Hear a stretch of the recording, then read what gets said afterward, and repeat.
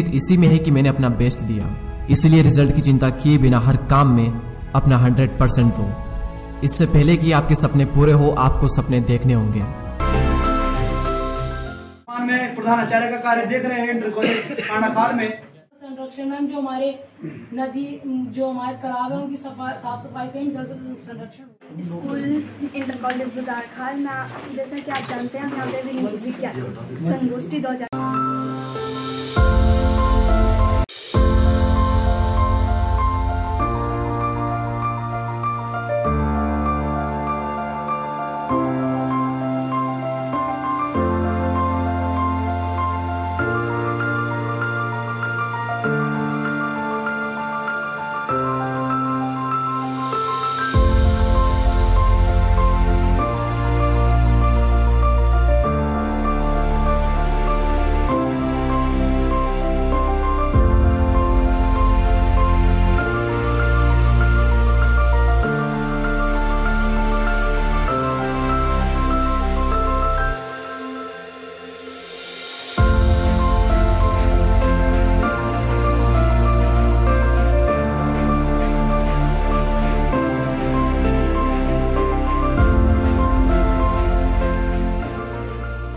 अवसर पर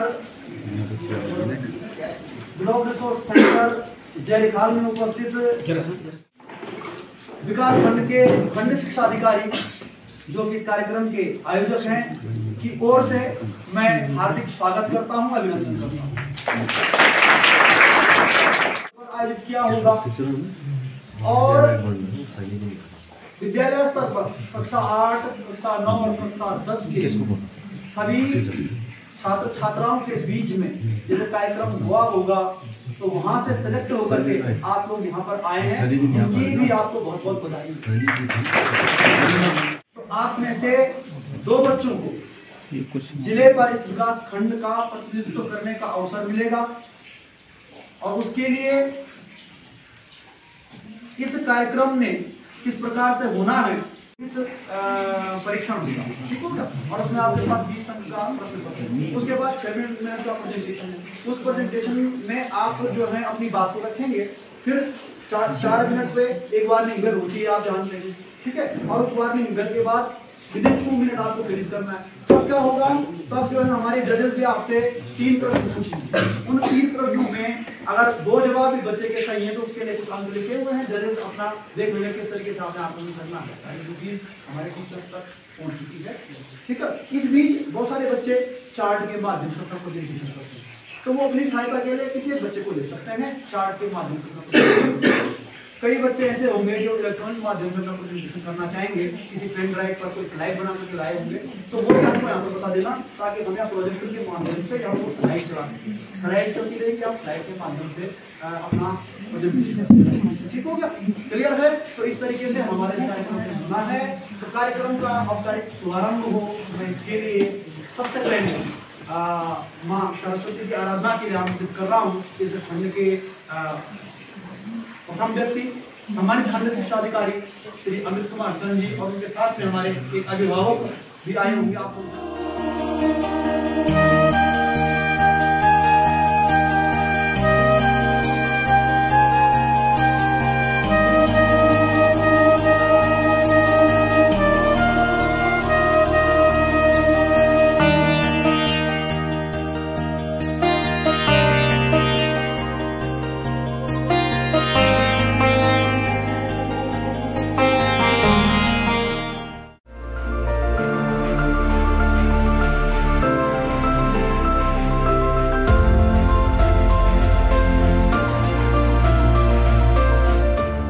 पहले तो आप सभी का इस पूरे कार्यक्रम में स्वागत है और हमारे सभी उन शिक्षक साथियों का जिन्होंने हमने लगभग 1 हफ्ते पहले प्लान किया था कि हम इस प्रोग्राम को कैसे करेंगे। और अभी जैसा कि आपने देखा, हमारे विज्ञान समन्वयक, हमारे बीआरसी का प्रभार देख रहे उसाई जी और मेंदोला जी तो हमारे एकेडमिक एडवाइज़र हैं। मैंने इनको ब्लॉक एकेडमिक एडवाइज़र बना दिया है कि हम कोई भी एकेडमिक काम करेंगे तो उसमें हम इनको ज़रूर साथ लेके चलेंगे, क्योंकि अच्छे लोग कम मिलते हैं और उनको छोड़ना नहीं चाहिए। हालांकि इसका थोड़ा सा काम बढ़ जाएगा, पर ठीक है, जो ज़्यादा काम करता है उसको ज़्यादा काम मिलता है, सभी जानते हैं, अपने स्कूल में भी देखा होगा। तो आज इस कार्यक्रम के शुभारंभ की घोषणा करता हूँ मैं। थोड़ी 2-3 बातें हमारे जो भी परीक्षक हैं ध्यान रखेंगे। एक, हर अच्छा बच्चा चयनित होगा तो जिले से भी आगे बढ़ेगा। तो ऐसा नहीं कि मेरे स्कूल का नाम हो इसलिए ये बच्चा सेलेक्ट हो जाए। तो जो बच्चा बेहतर करेगा, जो बच्चा अच्छा करेगा, उसको हमें फुल सपोर्ट करना है। हम ये भी कोशिश करें कि बच्चे, जैसे अभी सर ने बताया कि पहला राउंड आपका क्या होगा, मल्टीपल चॉइस क्वेश्चन। मैंने अपना बेस्ट दिया और इसके बाद अगर मैं फेल भी हो जाऊं तो कोई फर्क नहीं पड़ता, क्योंकि मेरी जीत इसी में है कि मैंने अपना बेस्ट दिया। इसलिए रिजल्ट की चिंता किए बिना हर काम में अपना 100% दो। इससे पहले कि आपके सपने पूरे हो, आपको सपने देखने होंगे, और महान सपने देखने वालों के महान सपने हमेशा पूरे होते हैं। आप समझ ही चुके होंगे कि ये कोट किसका है। ये कोट है डॉक्टर APJ अब्दुल कलाम साहब का, जो कि हर स्टूडेंट और हर भारतीय के लिए एक बहुत बड़ी इंस्पिरेशन है। You are what you do, not what you say you will do. आप वो बनते हो जो आप करते हो, न कि वो जो आप कहते हो कि आप करोगे। सक्सेसफुल लोग बोलते कम हैं और काम से ज्यादा जवाब देना पसंद करते हैं, और उनका काम ही उनके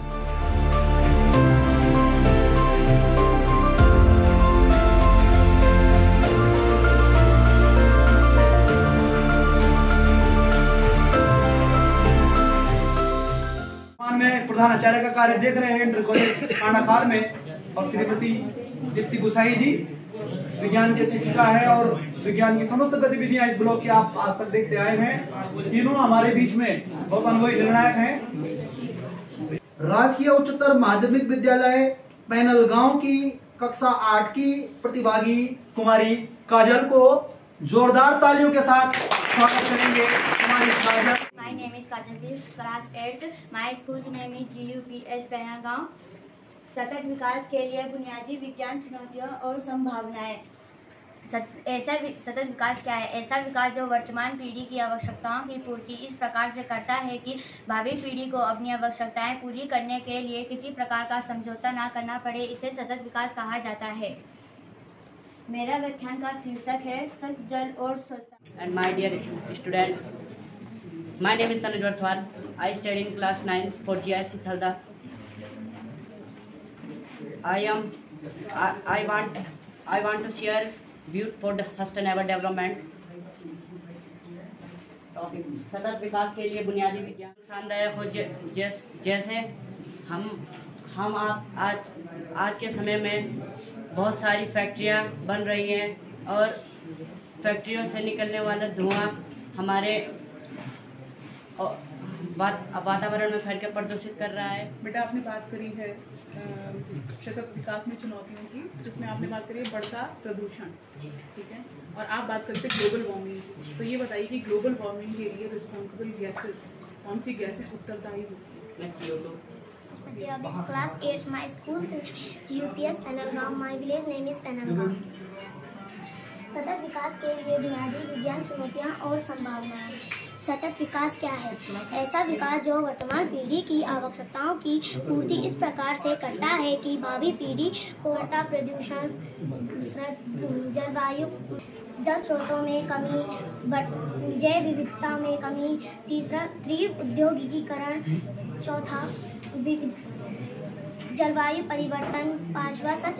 परक शिक्षा होती है या गुणवत्तापूर्ण शिक्षा होती है, वो हमारे अंदर सामाजिक गुणों का वो डेवलप करती है ना, विकास करती है। किस तरह से सामाजिक गुणों का विकास करती है? आप स्कूल में जाते हो, कुछ सीखते हो, स्कूल में जाके सामाजिक गुण सीखते हो, हमें बड़ों का आदर करना चाहिए, हमें अपने आसपास गंदगी नहीं करनी चाहिए, हमें पेड़ पौधे नहीं काटना चाहिए। और स्कूल में क्या आपके सही उनके साथ क्या सीखते हैं? मैं सबके साथ प्रेम से। हाँ, वेरी गुड, यही प्रत्येक सही जवाब पर तालियां बजनी चाहिए।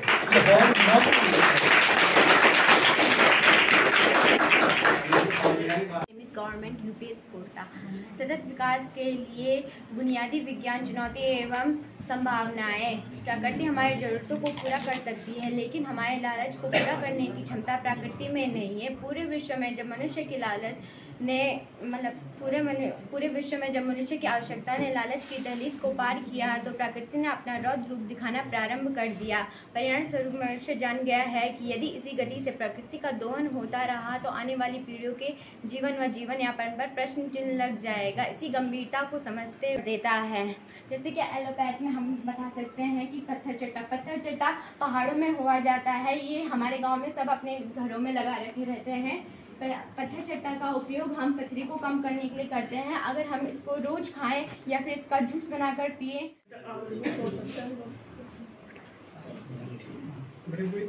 चैप्टर हमारा चैप्टर जो संभावना क्या है सतत विकास के लिए बुनियादी विज्ञान में संभावना क्या है विकास सतत विकास में मतलब इसमें सर ये है कि आजकल लोग एलोपैथ का ज़्यादा उपयोग कर रहे हैं, आयुर्वेद को धीरे धीरे भूलते जा रहे हैं। तो इससे हम अगर आयुर्वेद की ओर ज़्यादा ध्यान दें तो मतलब हम एलोपैथ को धीरे धीरे करके कम कर सकते हैं और एलोपैथ का हमें कम से कम चुनौतियाँ और संभावनाएं इससे संबंधित मैं अपनी प्रस्तावना प्रस्तुत करना चाहता हूँ। सतत विकास की अवधारणा 1960 में विकसित हुई जब लोग पर्यावरण पर औद्योगिकरण के हानिकारक प्रभाव से अवगत हुए। आधुनिक समय में यह एक बहुत चर्चित अवधारणा बन चुकी है। प्राकृतिक संसाधनों सामाजिक एवं आर्थिक विकास की यह प्रक्रिया है। प्रकृति ने पृथ्वी पर जीवनदायी अनेक तत्व दिए हैं। प्राकृतिक संसाधनों व वैज्ञानिक प्रयोगों व उससे बने उत्पाद के लिए इस प्रकार किया जाए जिससे प्रकृति संबंधी कोई असंतुलन पैदा ना हो।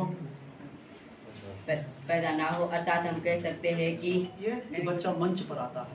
भेड़गांव वालों के लिए बहुत बहुत शुभकामनाएं आने वाली। मेरा नाम करण है और मैं अटल उत्कृष्ट राजकीय इंटर कॉलेज सिद्धपुर से आया हूं और आज हम विज्ञान संगोष्ठी की बारे में बात कर रहे हैं और इसीलिए यहाँ पे आमंत्रित हुए हैं।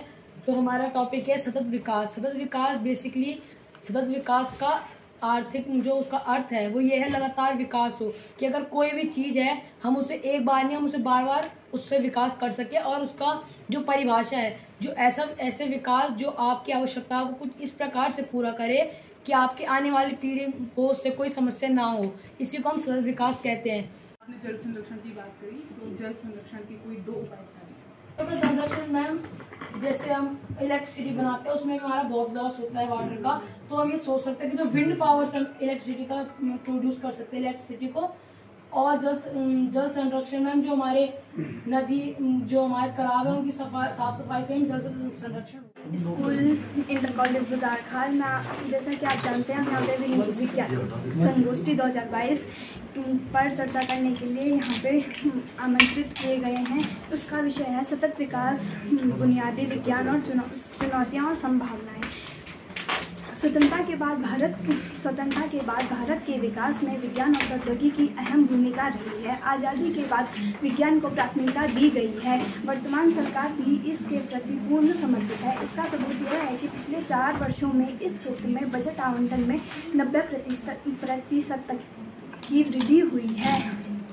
हाल ही में प्रधानमंत्री द्वारा राष्ट्रीय विज्ञान दिवस का उल्लेख करते हुए विज्ञान के माध्यम से विकास के अवसरों का जिक्र किया था। हमें सतत विकास के उस चक्र को समझना होगा जो कि ज्ञान पर आधारित संस्थाओं से उत्पन्न होकर समाज के लिए लाभदायक सिद्ध होता है।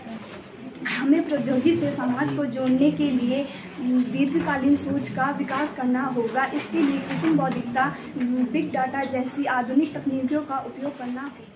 आज़ादी के बाद से विज्ञान के क्षेत्र को प्राथमिकता दी गई है। वर्तमान सरकार भी विज्ञान के प्रति पूर्ण समर्पित है। जनमानस में वैज्ञानिक अनुप्रयोग के महत्व के संदेश को व्यापक तौर पर प्रसारित करने के लिए हर वर्ष 28 फरवरी को राष्ट्रीय विज्ञान दिवस के रूप में मनाया जाता है। सतत विकास के लिए चुनौती के रूप में जनसंख्या वृद्धि भी खड़ी है। जनसंख्या जितनी अधिक होगी, भौतिक वस्तुएं और अन्य संसाधनों का उपयोग भी उतनी ही अधिक मात्रा में होगा। इससे संसाधन की अनुपलब्धता का खतरा है। सतत विकास जो निरंतर चले, प्राकृतिक पर्यावरण में सुधार द्वारा जीवन की गुणवत्ता में योगदान करे, बदले में हमारी तुष्टि की पूर्ति करे, यह विकास सतत विकास कहलाता है। ओके, अब बात आती है इसकी भूमिका की। तो हमारा पहला टॉपिक होने वाला है सतत विकास की भूमिका की। तो हमारे जीवन में सतत विकास की बहुत अहम भूमिका है। चलिए मैं आपको एक उदाहरण सहित बताता हूँ। कम्युनिकेशन। तो सबसे पहले कम्युनिकेशन के लिए उपयोग करते थे ऑफकोर्स कबूतर के जरिए, उसके बाद पोस्ट ऑफिस, फिर टेलीफोन, फिर लैंडलाइन फोन, उसके बाद कीपैड फोन, फिर स्क्रीन टच मोबाइल्स। अब देखिए एक एग्जांपल और है मोबाइल नेटवर्क का, जैसे 1G 2G